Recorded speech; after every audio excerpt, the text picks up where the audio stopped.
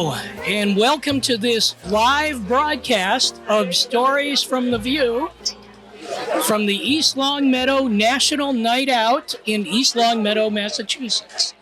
As a matter of fact, this is our first annual live broadcast of Stories from the View here from the National Night Out. It's an evening where the community comes together to be educated and celebrate civil servants, nonprofit community groups in the area.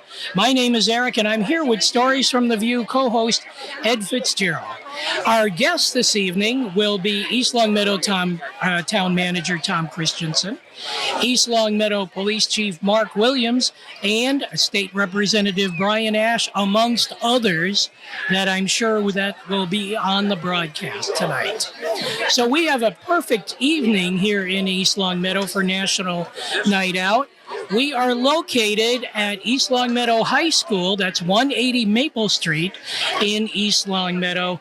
We're also going to have tonight demonstrations from the canine groups from Longmeadow and another town too. Greenfield, yes.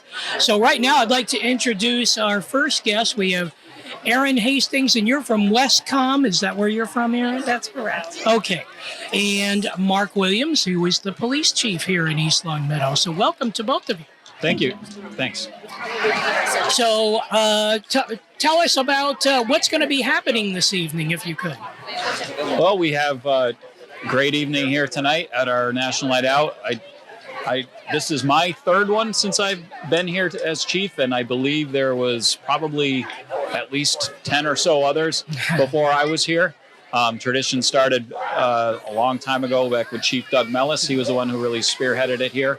And so tonight we have, I believe, a little over 40 different groups here, community agencies, town agencies, from all around, and ones especially who provide a service here in East Longmeadow. So the National Night Out is really a chance for us to get together, for these agencies to showcase what they do, and it's really a chance for us as a police department too to see our community and interact with them on a more informal and casual level. Than we don't always have that opportunity with everybody, depending on the circumstances that we're having to talk to them.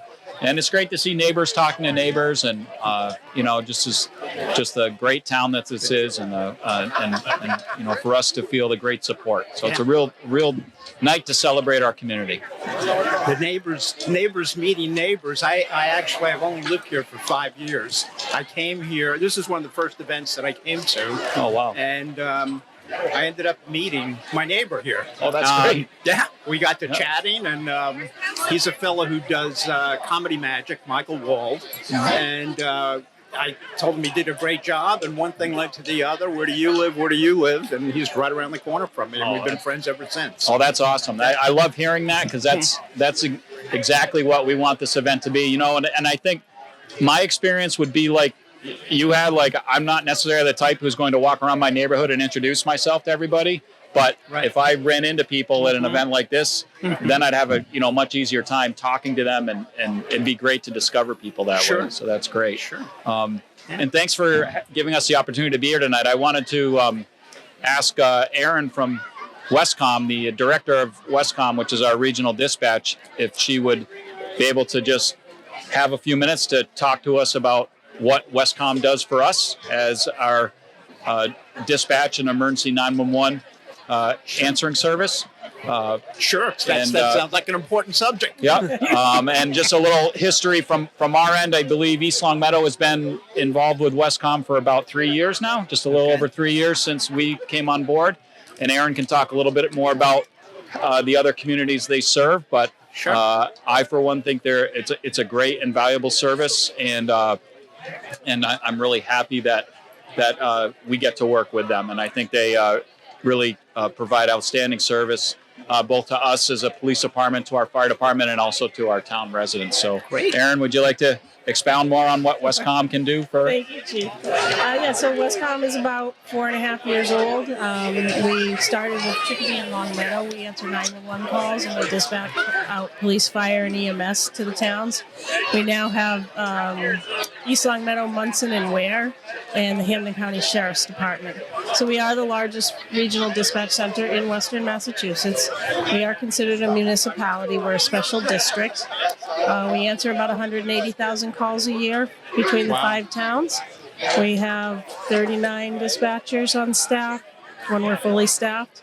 And, it's just been a great opportunity for us to come to these National Night Out and explain what we do for 911 because it is such a young profession. And it's only 55 years old. In the first 25 years, police and fire handled it. So it's new for civilian dispatch. And it's something that we now take text to 911. We can do video to 911. We have somebody that's answering your 911 call and staying on the phone with you while another person is dispatching out over the radio to the responders and telling them what we have. Wow. So there's no delay in your service. So we have a faster response that way. So how does somebody text to 911? You just text the number 911. Yep, and it should go to the closest 911 center. Sometimes that's not necessarily the correct one, and they can transfer you over. Okay. But it's a great product now. If you can't speak, if you're in a situation where you can't make noise, somebody's in your house, a text to 911 or during a domestic or something like that is a great tool to have. Sure. So, and then if we want video, if something's going on, we can send you a link. And then you click that, and you can show us your video on your phone, and we can see it in the 911 center. Wow, that's wonderful. It's really amazing how far the technology has come. Aaron and I have been in the field probably about the same amount of years, and it's just a bit besides just the advent of civilian dispatch, like she alluded to, just the technology leaps and bounds, with cell phones especially. Sure. The way that they can usually very closely pinpoint somebody's location. It's just really been a big help in situations where people can't speak or, for us being able to find them. Now, in other parts of Massachusetts, are there regional operations? There's several regionals across the state. Right now there's 212, and we're called PSAPs, Public Safety Answering Points. There's 212, and the state 911 department would like to get that number lower. So these single PSAPs, these single towns that have 911 are all regionalizing in their areas. Okay. So that was really as I understand it, it's happened before I was here, but I was involved in similar efforts in my last agency where I worked to regionalize the dispatch there. And that's really has been a goal of the state 911 department for years now, is to reduce the number of answering points for 911. And I just think it really makes sense for towns the size of East Longmeadow, Longmeadow, to join up in this endeavor. And it really gives us access not only more efficient operations, but better technology, access to things and services that if we were just still running our own dispatch center out of the police department, I don't think we'd have the ability to do yet. So, there's really some big advantages to it. Besides, the obvious cost savings which come with it, and that's also a piece of it. But there's just some real service enhancements that have been really beneficial for us. Well, like you say, with the technology, you can do things you couldn't do before. The text and the video. Just gives you so much more. Right. More options. So I was going to ask where you're located, but that doesn't make any difference, right? And you probably don't want to say exactly where you're located. It doesn't matter nowadays. We are located in the Chicopee Police Department. Okay. We have purchased a standalone building in Chicopee, so we are renovating, so we'll have our own place. Oh, okay. Well, the goal is end of 24, beginning 25, hopefully. And this building that they've purchased will be a much bigger space. Okay. It will allow a much more comfortable working environment for them, and I hopefully will actually allow them to expand and take on more communities, because I still think we can get even better with more communities involved. So what about staffing? Are you able to hear some of these stories about people, companies, operations trying to hire people? Yeah, nationally, staffing is down 30% for 911. We're not down that low, so Okay. we try and hire in groups, and we offer really good benefits. So we have good people that come in. We're So very you are lucky. looking to hire. We are looking, but we're only down a couple. So. Oh, okay. I'm just thinking this is your opportunity to get the word out. We Hey, I'm have, looking yeah. for you. If you're interested, if you ever wanted to be in public safety but don't want to be out in the road and you want a controlled environment, this is the place to go. There you go. So National Night Out has a history. I mean, I did a little bit of research, and this is the 39th year. From what I understand. That sounds right. I should have come prepared. Usually every year I look back at the history a little bit just to get a better feel for it, and I neglected to this year. But that sounds right. And it started in Philadelphia, I believe. Yeah, and it's done in thousands of communities. Yeah. Tonight, and specifically the first Tuesday in August is traditionally when it's done. But there's a lot of communities that do it near this time. They choose to because, with so many communities competing for, people to come and exhibit at their National Night Out, they've decided, maybe this would be easier for us if we did it on a slightly different night. So, yes. Which I think actually makes sense. So, sure. So it's great, whether it's called National Night Out or some communities might call it a different thing. It's the same spirit, the same thing, and it's really So I had free time on my hands this afternoon. Perfect. So there's 17,000 communities that participate. They estimate 38 million people, and it's in all 50 states. And in Massachusetts, there are 86 towns and cities that participate. No, that's great. And we, Aaron, is Westcom at any other national nights out tonight? We are not tonight. No. Okay. None of Chicopee our isn't towns, tonight. no, Right. but they are coming up, and we'll hit all Right. 5 of our towns. All right, so we're the only ones that are actually of the member towns that are tonight. So that's good for us because Westcom has a very nice table set up right next to the police department table with a lot of information, and thankfully they're not stretched too thin tonight. They were able to come here and help out, and we appreciate it. Anything else for? So what are the 5 towns, though? I guess I missed that. East Longmeadow, Chicopee, Munson, and Ware. And we also have Hampden County Sheriffs. Okay. All right. So Springfield, do they operate on their own then? They do. They have their own center. I see. Okay. All right. Interesting. Yeah. Well, it makes a lot of sense. Tonight. Yeah. Well, it makes a lot of sense for communities like that to band together. Yeah. No, I guess one point before we wrap up here, I would.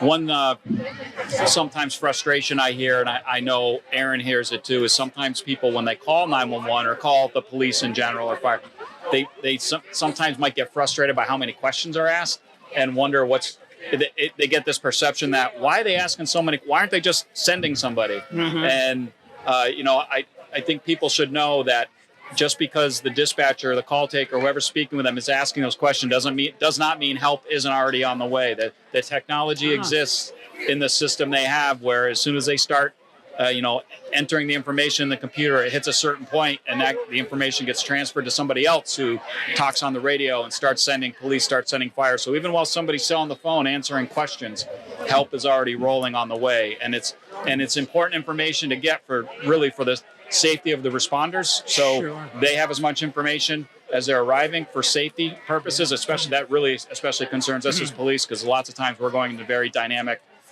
situations with not a lot of information, and but it also helps us make sure that we're sending the right services. So I just would say if people get understandably frustrated, it seems like they're asking a lot of questions. This is taking forever. Just understand that does not mean help isn't already on the way. That's good. That's good to know. We're trying to get enough information to paint a really good picture for the responders so they know what they're walking into.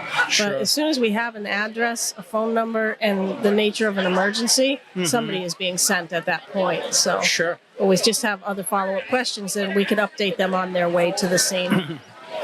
Yeah, so I had a police officer show up at my house one day, and you ask is everything okay? He says, everything's fine.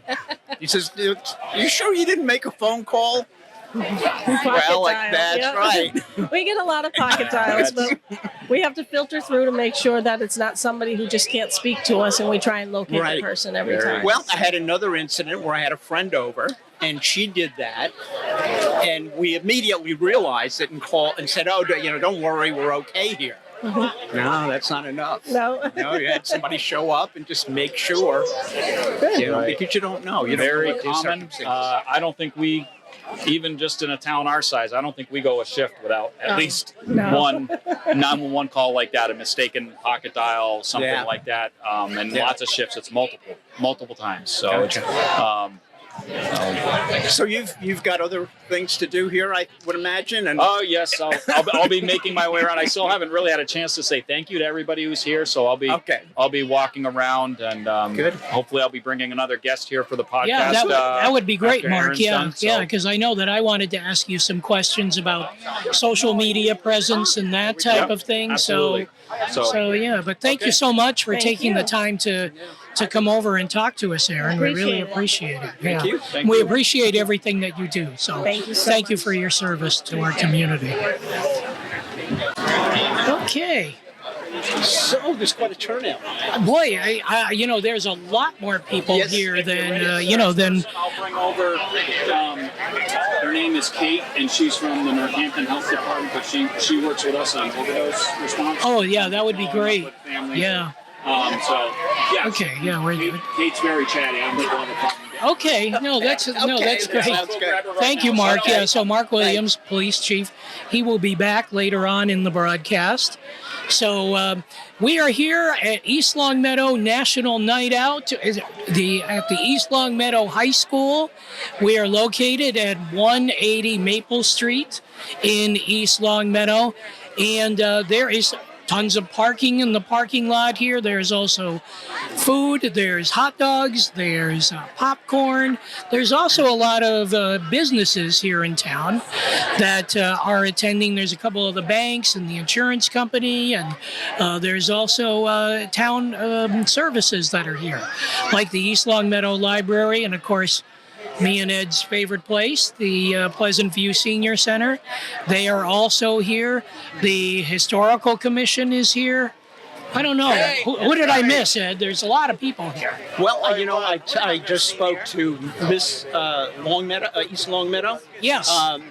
Who has a campaign that she is supporting of pool safety, and I suggested that she come over and speak to us for a few minutes. So well, that would be that would be great too. There's someone from the Alzheimer's Association, and since we did the interview on Friday morning with representatives from the Alzheimer's Association, I mentioned to her that say a few words. The Historical Society. I talked to Bruce Moore, from the Historical Society, and he'd be great to have on. I think he would be. Yeah. So we'll see, and we'll just look around and we see people walking by who look interesting. Look chatty. Yeah. I know. Well, if nothing else, it's a place to people watch. That's for sure. But what I liked actually about coming in here is that the first group of people that I saw were from the Pleasant View Senior Center. As we walked in. So, oh my goodness! And who is going to sit down at the microphone? It's Miss East Longmeadow, and Maddie, your last name is? Hartkey. Okay, Hartkey, yes. Yeah. Well, thank you very much for coming and thank you so much for having me. Sitting down and talking. Yeah. So, tell us about Maddie. Absolutely. Well, I am a student at Mount Holyoke. I'm going to be a senior this year. I'm studying classics, and I'm hoping to be a lawyer. But when I'm not at school, I'm definitely spending a lot of time down here in East Longmeadow, representing as Miss East Longmeadow. I'm the first Miss East Longmeadow in about almost 15 years. Oh, really? So it's been really wonderful to be able to revive this really important tradition, I think, to the town, and be very involved in organizations across the town. So you've got a cause that you are here supporting or talking about? Yeah. So my platform. We call it a community service initiative, and the Miss America organization has been water safety. We can all be water safer, making water safety a lifelong goal. And so today I'm talking about a few things. I partner with the Stu Leonard Foundation and their program Stewie the Duck, which is a really great book and curriculum for kids under 5 to talk about how important it is to, make sure there's a parent around before we go in the water, looking out for water sources, and watching out for younger siblings. And then also for parents, talking about having a water watcher, which is someone whose sole job it is to be looking at the pool, watching kids, rather than being on their phone, chatting, being distracted, and how important it is to mark that off. Wow, that's great. Yeah. Yeah, I actually come from the Norwalk area where Stu Leonard has the initial store, and I remember when that happened, when they lost their young, I think 2-year-old, 1-year-old. I'm just amazed at what they've done since then, how they've taken that tragedy and turned it into what they have, the book. I remember getting that book for my little ones when they were little, and reading it with them. And it's very. The other thing I love is I go to health tracks. I go to the pool there, and they run classes for kids. And sometimes when I'm in the pool, the class is being run in one of the other lanes. And it is just so great to see that happen. Definitely. They actually just opened a new swim school in Norwalk, the Stewie the Duck School, and they are definitely pioneering really great swim programs. I taught swim for about 5 years, and I was a swimmer long before that. So I know how hard it is to have an amazing community-driven program that is setting kids up for success, especially because a lot of water safety is a responsibility on the parents and very expensive. And so, unfortunately, a lot of kids don't have access to swim lessons, especially minority populations. Right.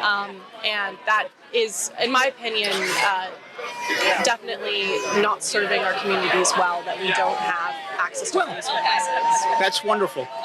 Well, we're glad you could stop by. Thank you so much. Thank you so much for stopping by. I appreciate you letting me chat Great with you. cause. Yeah. Good luck. Thank you. All right. I didn't learn how to swim until I was about 30 years old. I think I would flounder. So it looks like we have another guest approaching. Ready? Oh, sure. Yes, we are. Yeah. I'm Kate. Hi, Kate. I'm Ed. I don't know that much about what we're doing tonight, except that the chief said... The chief said that you should sit down and talk into a microphone, so please. I'm Eric. Nice to meet you. Nice to meet you. So sit on down. The request that I do have from my boss is there any way that we can get a podcast that's going to be... can I have some kind of access to look it up afterwards?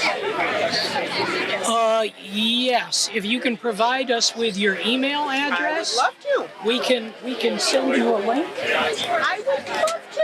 Yeah. So you can just write it down on there. So. Yep. So, Kate, this is a live broadcast here that we're doing right now, and we're actually on YouTube. And so what I need you to do is you can adjust your microphone. Okay. Yeah, so that you're speaking directly into the microphone. So, okay, so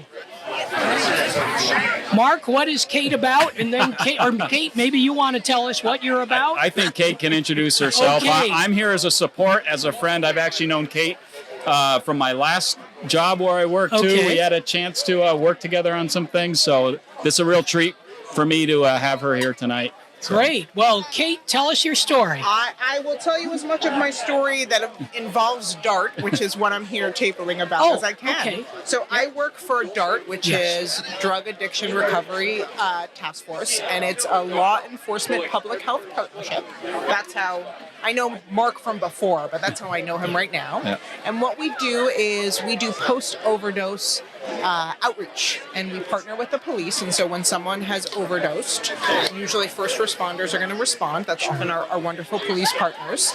And we partner with the police and recovery coaches, and we do some outreach to see if folks need support, the person who has overdosed as well as their loved one. And for some folks, they're ready to start a journey of recovery. For others, they're not ready. And so we provide some harm reduction tools and other supports because, again, substance use disorder is a disease like any other, and we want to support people and normalize getting treatment when someone is ill. Wonderful. So how do you get contacted? Usually by the police? Is it, Yeah, so the program started back in 2017, and I actually work for the department DHHS, which is the Department of Health and Human Services in Northampton. And it started originally in Northampton, and it was kind of an organic brainchild that came out of a partnership with the Northampton Police Department and the Department of Public Health, which is now called DHHS. And so back then it was kind of a little less formal in terms of how we were responding to overdoses.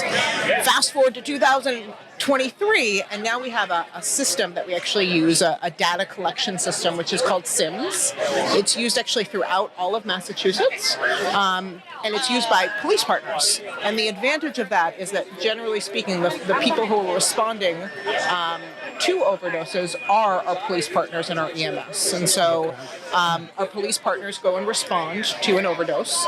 They enter that information into SIMS, and from there, we're able to make a response. Okay. Sometimes that response is going to be the police kind of going out. Sometimes it's going to be a partnership between the police and a recovery coach.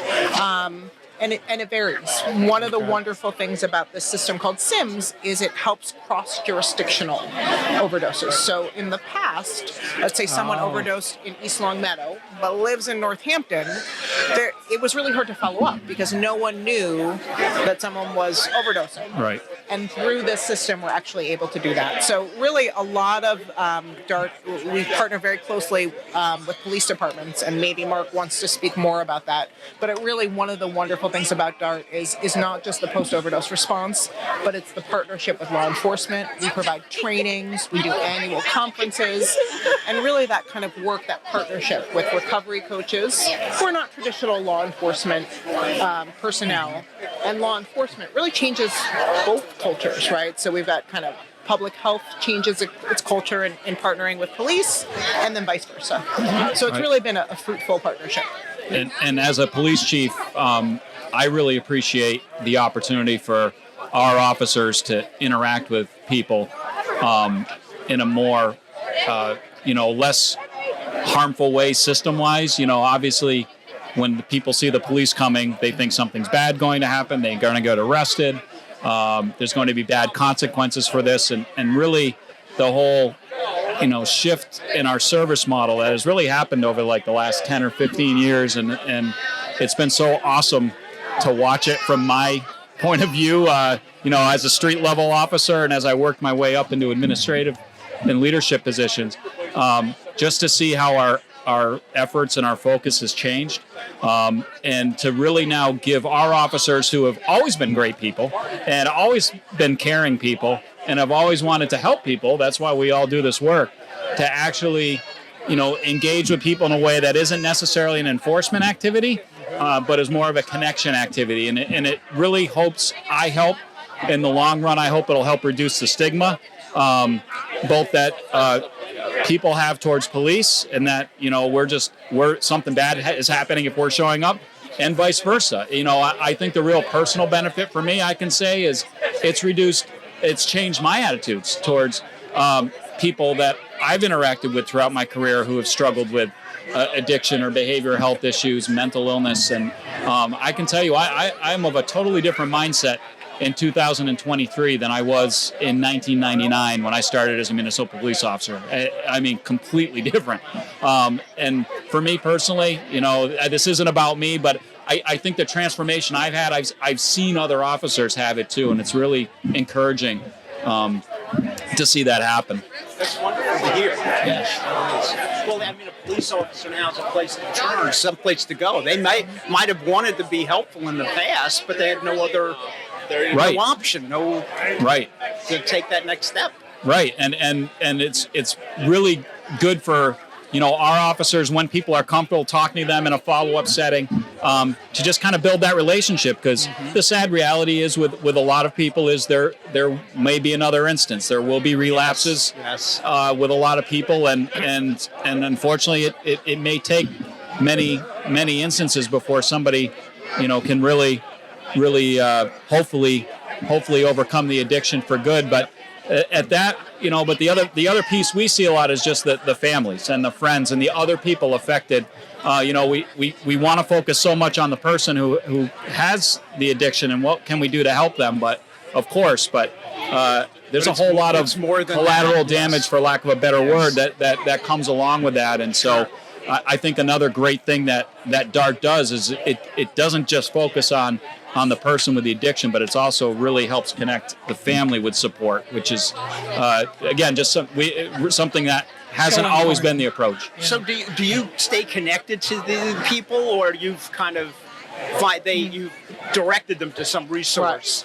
Right. It's a fabulous question. So, I mean, I think what's happening, right, is that what we know about substance use disorder is that really on some level treatment has to be self-decided, right? You can have, there is some disagreement about that, but oftentimes when someone is ready for treatment. So the fabulous thing about the partnership is that the reality is in many communities, the police, for many reasons, are the boots on the ground, right? We often lack some social supports, and so the people who are interacting with people who are struggling often is the police over and over again. So the partnership is really quite wonderful, because what the police often do is that they're the boots on the ground, they're the people who are interacting with individuals and their families who are struggling over and over again. And when the person is ready for recovery, when they're ready to, or their family needs some support, what we do is we provide a recovery coach. And what a recovery coach is someone with lived experience as a family member, and they can kind of help guide and navigate that person. So it's not a one-stop thing. Gotcha. It's really, it's a person-directed service. Okay. So again, sometimes this is well thought out. This is not a kind of a Band-Aid kind of an approach. No, really the goal is, now again, oftentimes, as Mark is saying, you can respond to one overdose, and there might be another overdose very soon. What we do know is that the highest risk, the highest chance of someone overdosing, the highest indicator is that someone has overdosed for the first time. So I think there's two things that DART does. One is when our officers are going out, they're trying to provide Narcan, right? Because the best indicator of an overdose is that you had one, right? So if someone's overdosing, our officers are giving Narcan. And then they're also kind of setting the stage, building relationships with individuals and their families, so that when and if they're ready for treatment, that's when the DART recovery coaches can step in. So it's really a lovely kind of joint partnership, acknowledging the importance of public safety as that kind of community liaison, as the boots on the ground in many cases.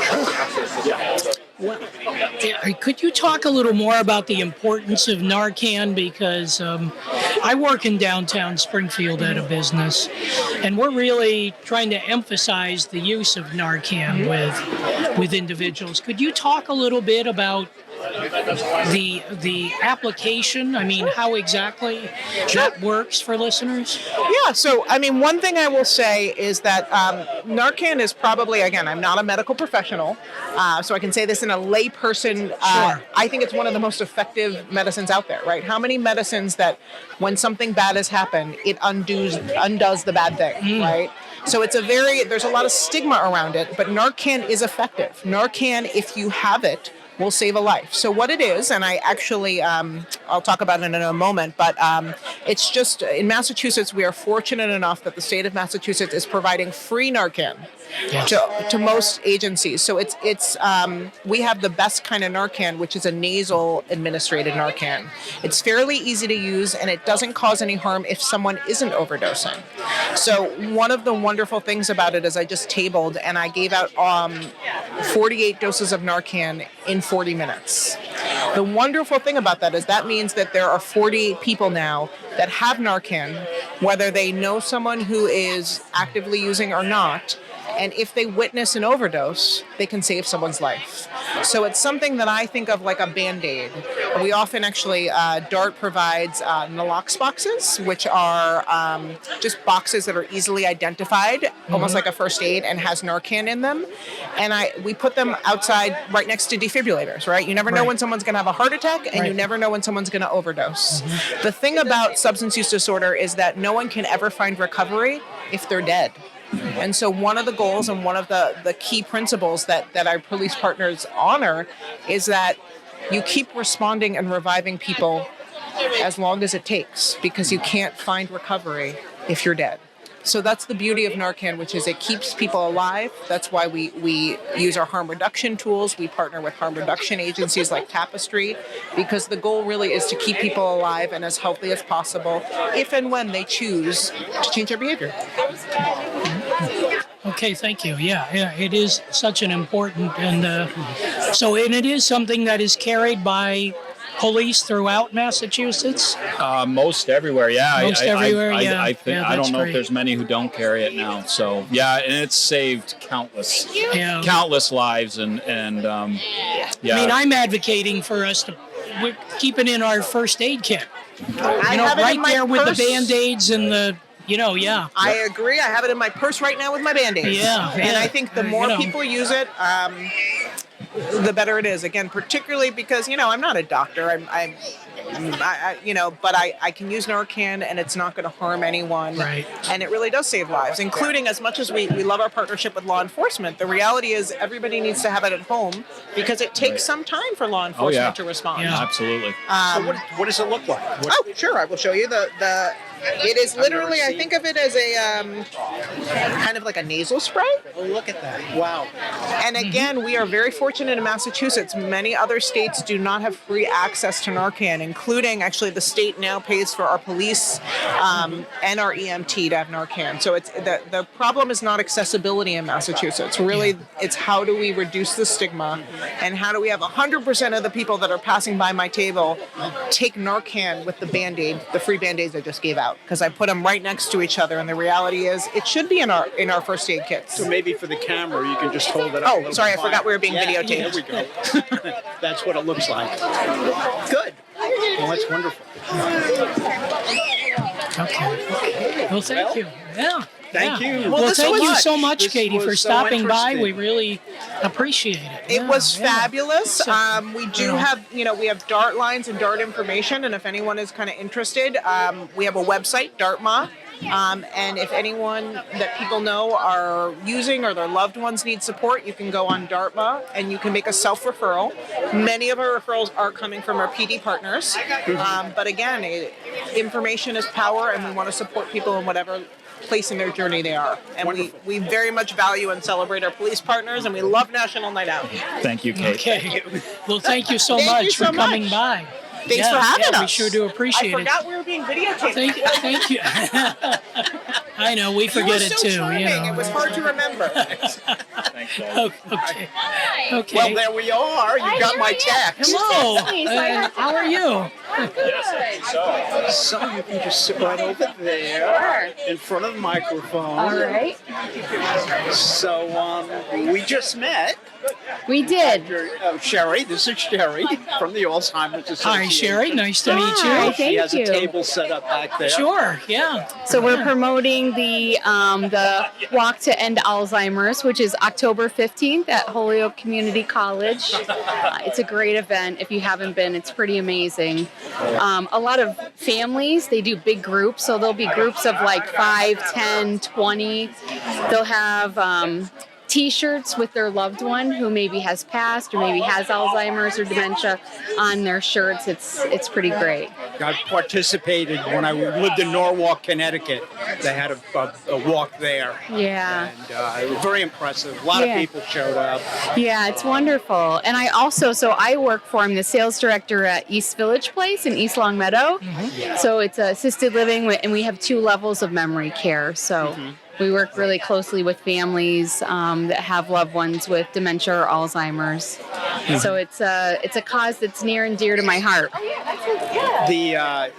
To mine as well. My wife had Alzheimer's, so I went through all the various stages of looking for support. And actually, the Alzheimer's Association in Norwalk was tremendously helpful. And at that point in time, she actually wasn't diagnosed with Alzheimer's.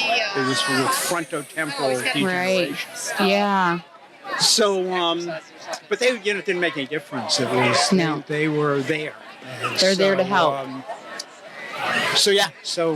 And then there's also at the Senior Center here in East Longmeadow, in cooperation with the Hamden Senior Center and the Longmeadow Senior Center, a tri-town team that has been put together to do the walk. Yeah, it's wonderful. So that would be the way to sign up, according to the volunteer Yeah, group. absolutely. Yeah, well, they were talking about their website, or the website where you can sign up there, the act.alz.org.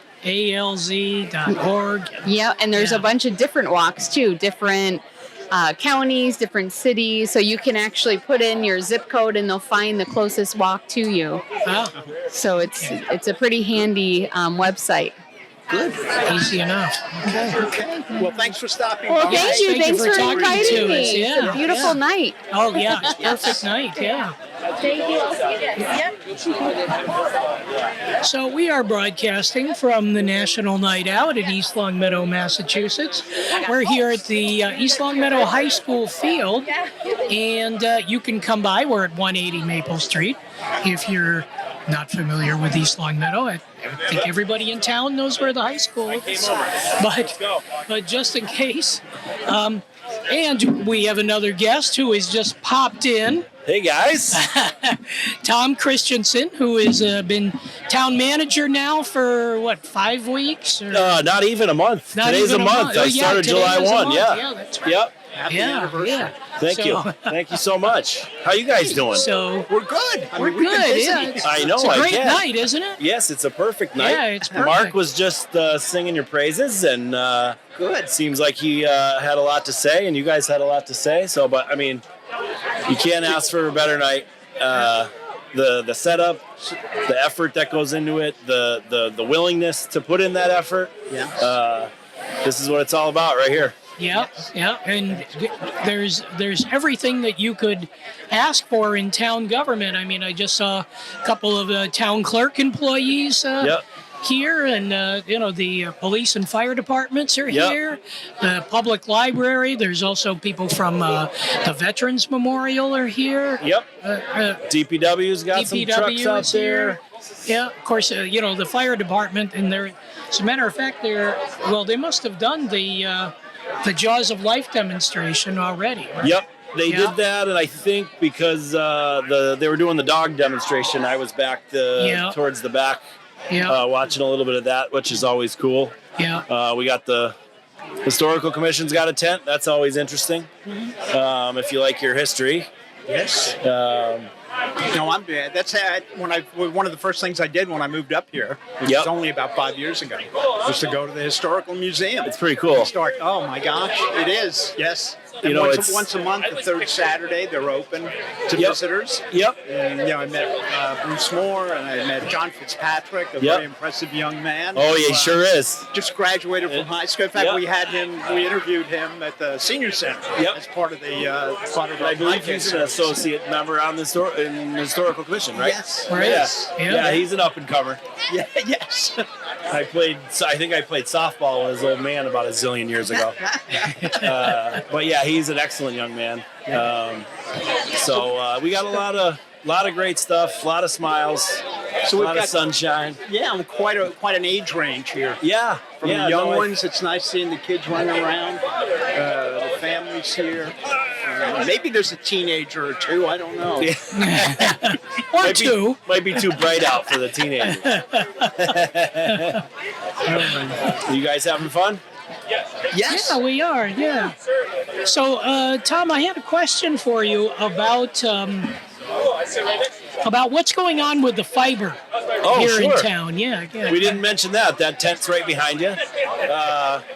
So as you know, we had the question back in June on the ballot to form an MLP, which was our first step so that we could sort of explore bringing fiber to the homes in East Longmeadow, which obviously passed with flying colors. Thanks to the community for recognizing that it's an outstanding idea and will be quite an upgrade in service for folks in town. We're actually negotiating with Westfield Gas and Electric's Whip City Fiber. Okay. To help us in this endeavor. Obviously, Westfield Gas and Electric's been around for a while. They've they have an electric light plant. So before they started doing fiber, obviously they were doing electricity and gas. So they've kind of got this plan that they've been working on for 10, 15 years now, and they showed it to us, shared it with us, and it's been through the broadband committee and some town council members, and we think we're at a place now where we can take advantage of their expertise and have a good plan to roll this thing out. So tell me, in terms of the infrastructure, is there any existing infrastructure for fiber in the town? We do. We have quite an extensive fiber backbone in town, connecting all the town buildings. Right. From the ones everyone knows about to the small ones like the satellite pump stations. And so we have quite a bit of fiber.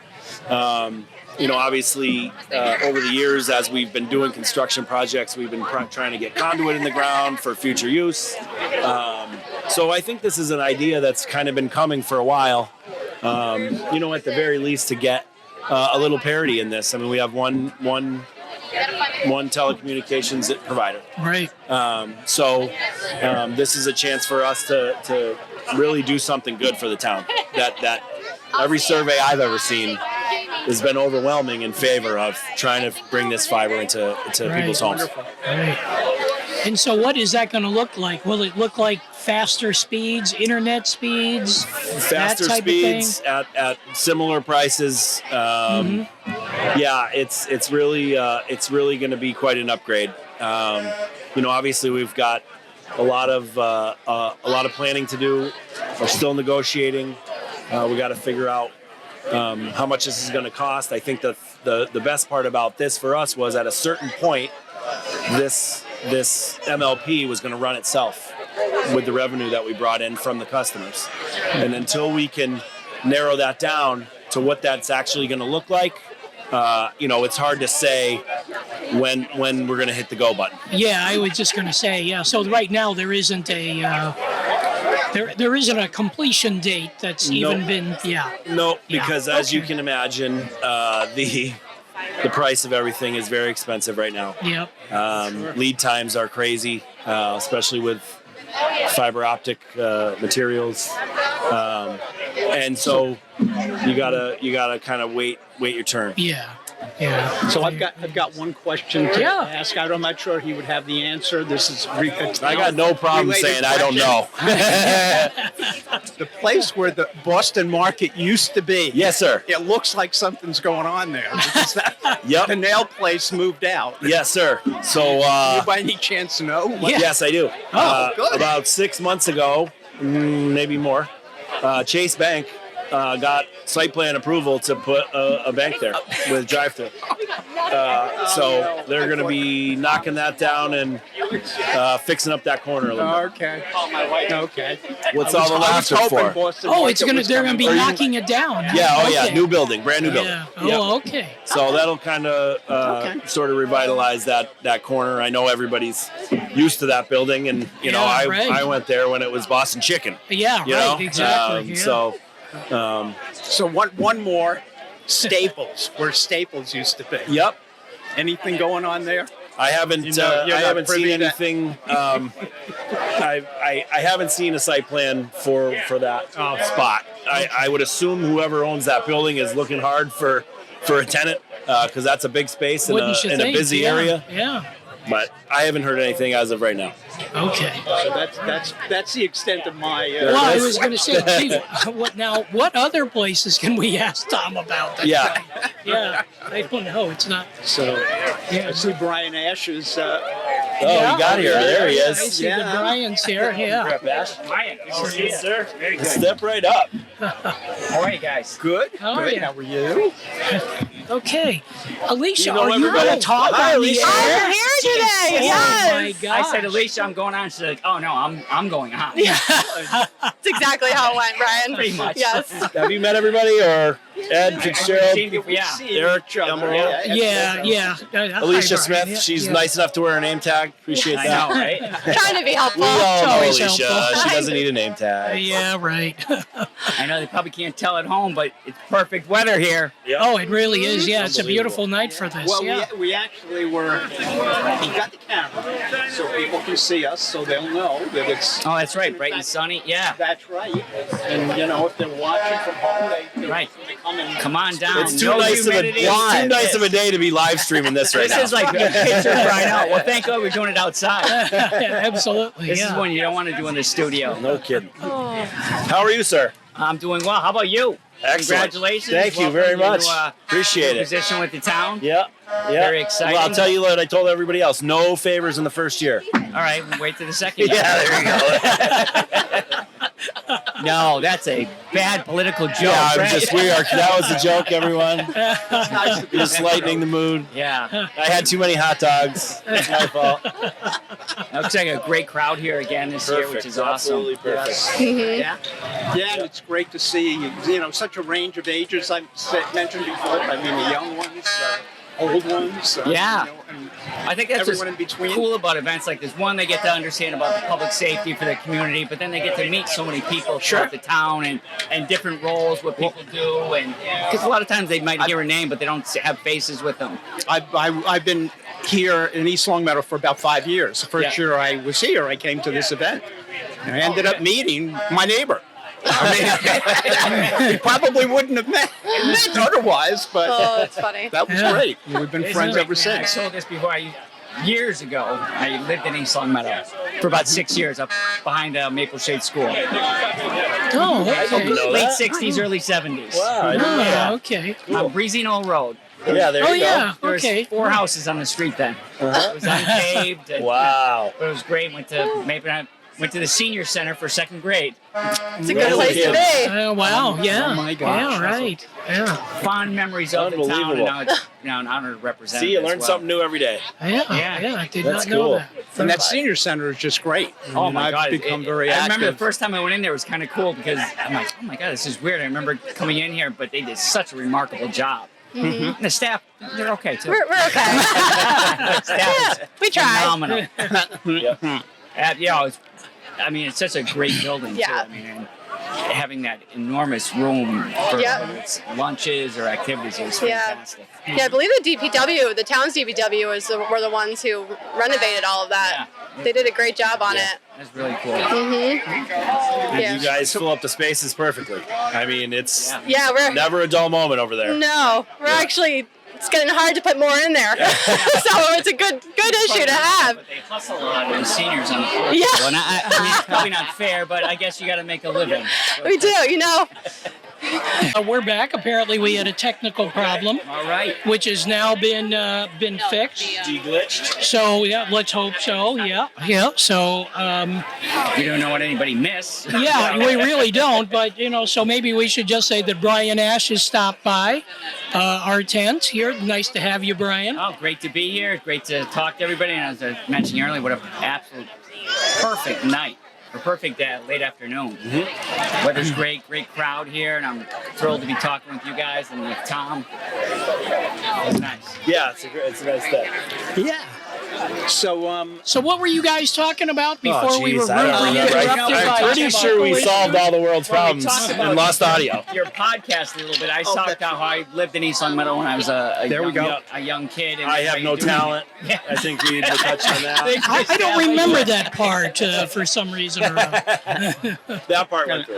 Yeah. Yeah, and then listen to the perspective about different people you have on the podcast, different stories, where they live in East Longmeadow, Yeah. We've some people have lived here all their lives, and others are relative newcomers. But people now again, this is the podcast that we do on Friday mornings. Although we will, if somebody can't make a Friday morning, we will work with them and do the podcast at a different time.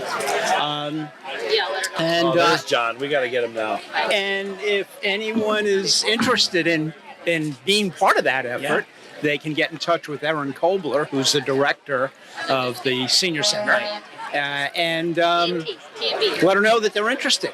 And she keeps the schedule. People sign up with her.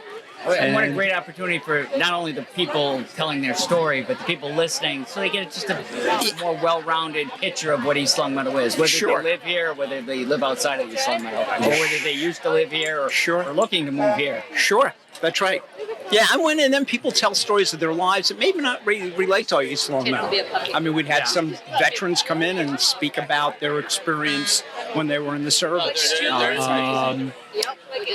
We had my daughter-in-law, who's a farmer, who has a farm here in East Longmeadow, and she came and talked about what it's like to be a farmer.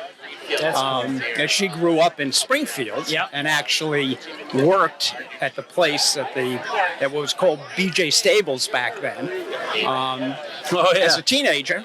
And when her and my son moved here to East Longmeadow, the stables came on the market, so they bought it and then turned what had been the stables into a farm. Oh, wow. And she runs a cooperative there. Oh, that's great. So, it is. And I happen to live there. Whereabouts is that? So it's on Porter Road, just beyond the kennel. That's usually because you really can't see the farm. It's back behind the house. But yeah, she also provides food, smaller shares of food to the senior center. Oh, that's great. So, and it's gave me a whole new appreciation for what farmers go through, and and a whole new appreciation for vegetables. I can understand why somebody can be a vegetarian. Yeah. I mean, I don't want to be, but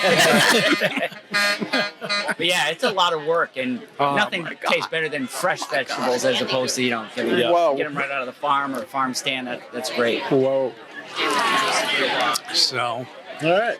Yeah, we've had other guests on too. As a matter of fact, we had Rose Stella from St. Michael's on to when they did their production back in the fall of The Lion King. So she talked about that, and she talked about her life. So there's all kinds of different people. Well, like I said, every community is made up of so many different people, and a lot of times you have no idea what their stories are, who they are, what interesting things in their lives. So that's right. You guys are doing this and bringing little pieces of that out. Yep.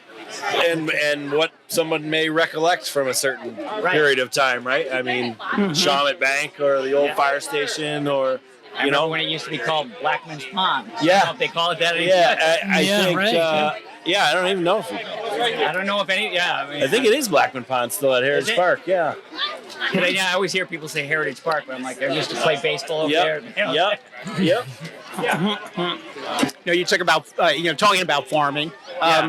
I never realized until recently in Longmeadow, if you go down towards the river there's quite a bit of farmed land. It's funny because I grew up in Springfield, and I've been living in Longmeadow for a while now, and same thing, you get your perspective of what you think a community is, then you move there and you realize there's all different aspects of it. That's right. That whole area down there, there's a lot of farming, Wow. Yeah. Bye, honey. And it's beautiful down there, too. Nice, wide open. Yeah, it is. Yeah, it's really neat down there. Yeah. Well, the other thing that it occurred to me maybe a year ago was I live so close to a city. Yeah. I mean, why am I not in the city more? And so I've made a concerted effort to do things in Springfield. Oh, that's good.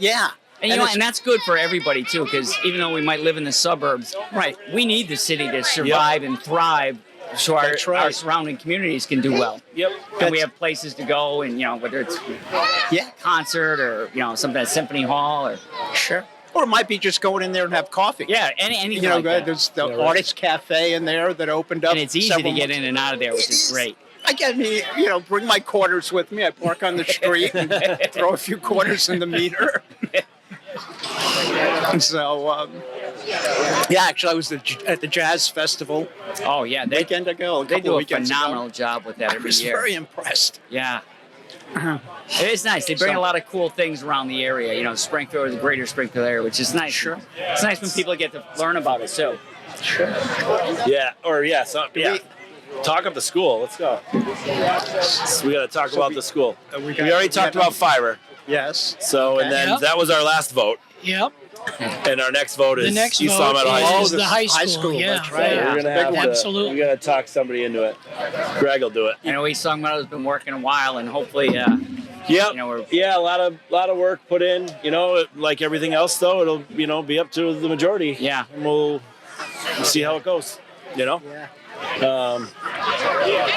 But schools are one of those things that if you have kids, obviously you're excited about it. You want Yep. your kids to go there. But if you have good schools, it keeps the community, you know, Right. whether your Yes. kids are there or you don't Yes. have kids, it adds, It adds to- value. Yeah, A lot of absolutely. Adds the property sure does. value. It adds the surrounding area. And we've got a lot of multi-generational families. You know, Yeah. kids move back and they have kids, and their parents are and still you want here. them to stay and- here. You want Yeah. them to come back here or move Yep. here for the first time. And because they say, oh, it's got a great school system, as well as Blackman's Pond, Yeah, right, exactly. Yep. New Orleans. That's, Yeah. it was, remember Tians. Tians? Tians, yes, Right yeah. at Four Corners. Yeah, right. Things are happening. Yeah. Reed's Variety was there. Yeah. My first job was at Golden Nozzle Car Wash. Really? Yeah. And then there was a Willow Glen right where Yeah. The Willow Glen, Yeah. yeah. Yeah. Yeah, I remember the Willow Glen one. Yeah, a bunch of us from high school all worked there at the same time. We used to make Rock 102 very mad because we'd request the car wash by Rolls Royce every single Saturday. And they'd say, no, that's not really our demo. And I said, I know, but we work at a car wash. It's our demo. Right. They'd end up playing it after the 8th or 10th call. On Saturday night, that was probably me on the station. Were you a DJ there? I was long when they were Wacky 102. Oh, There you I remember go. that Yeah, also, yeah, when they I think it was Bob WAQY. Kester. The I town. would have to say it was yeah, Bob Kester. Yeah. Yeah. So So do we have Yeah, someone so- coming Well, over? I Does it think look we're, like uh, I see you looking It over? Yeah. looks like Greg might be we're a tough coming act to over, follow, even though they lost half our audio. Yeah, yeah, right, That was the best part, some might say.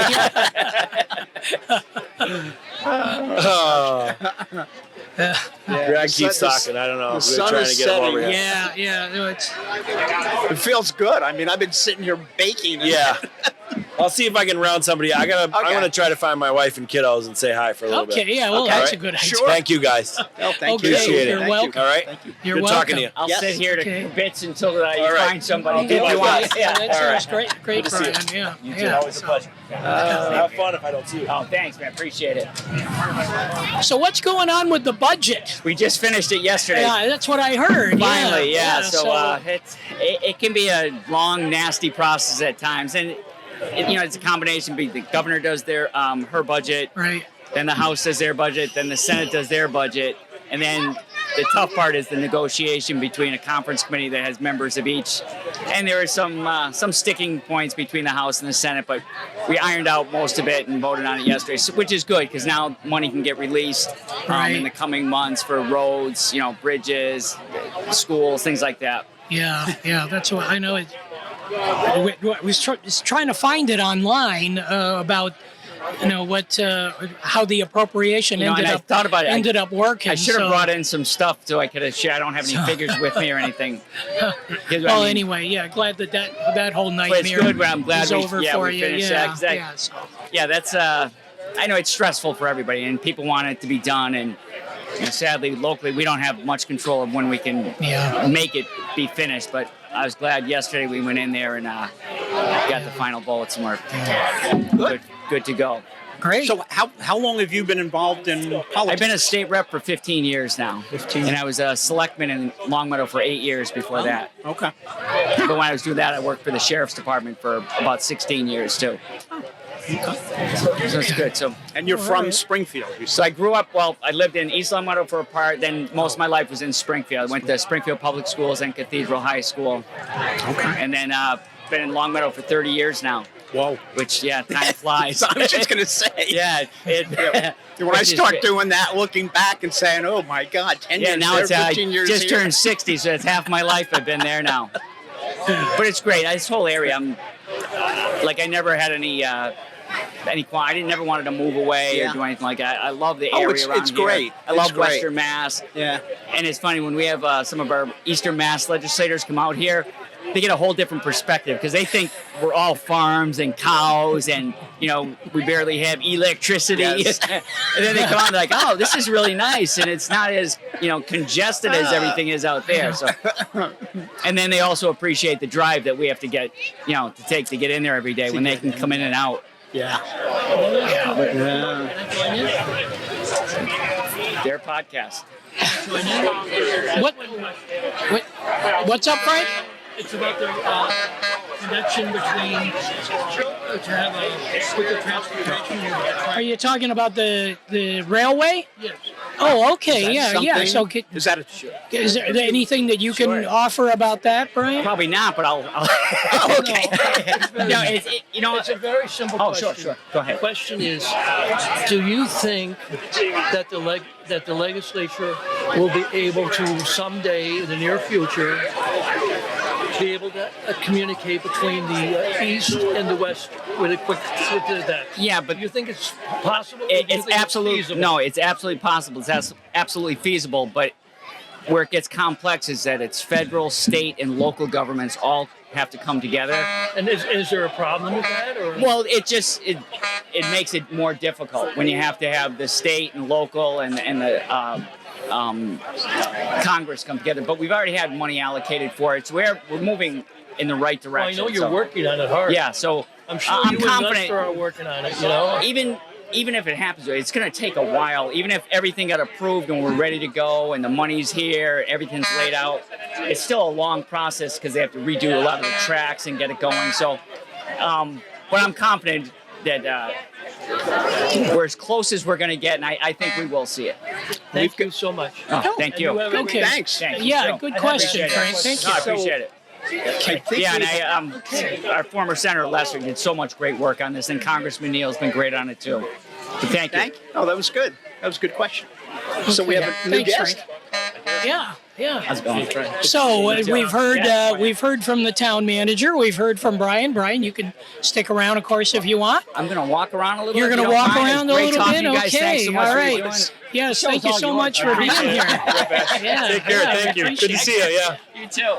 Okay, Greg Thompson from the school committee. Are you the chair? I am the chair currently again, yes, of sir. the school committee. Yeah. So you have a great display about the proposed new high school and the vote that's coming up in November.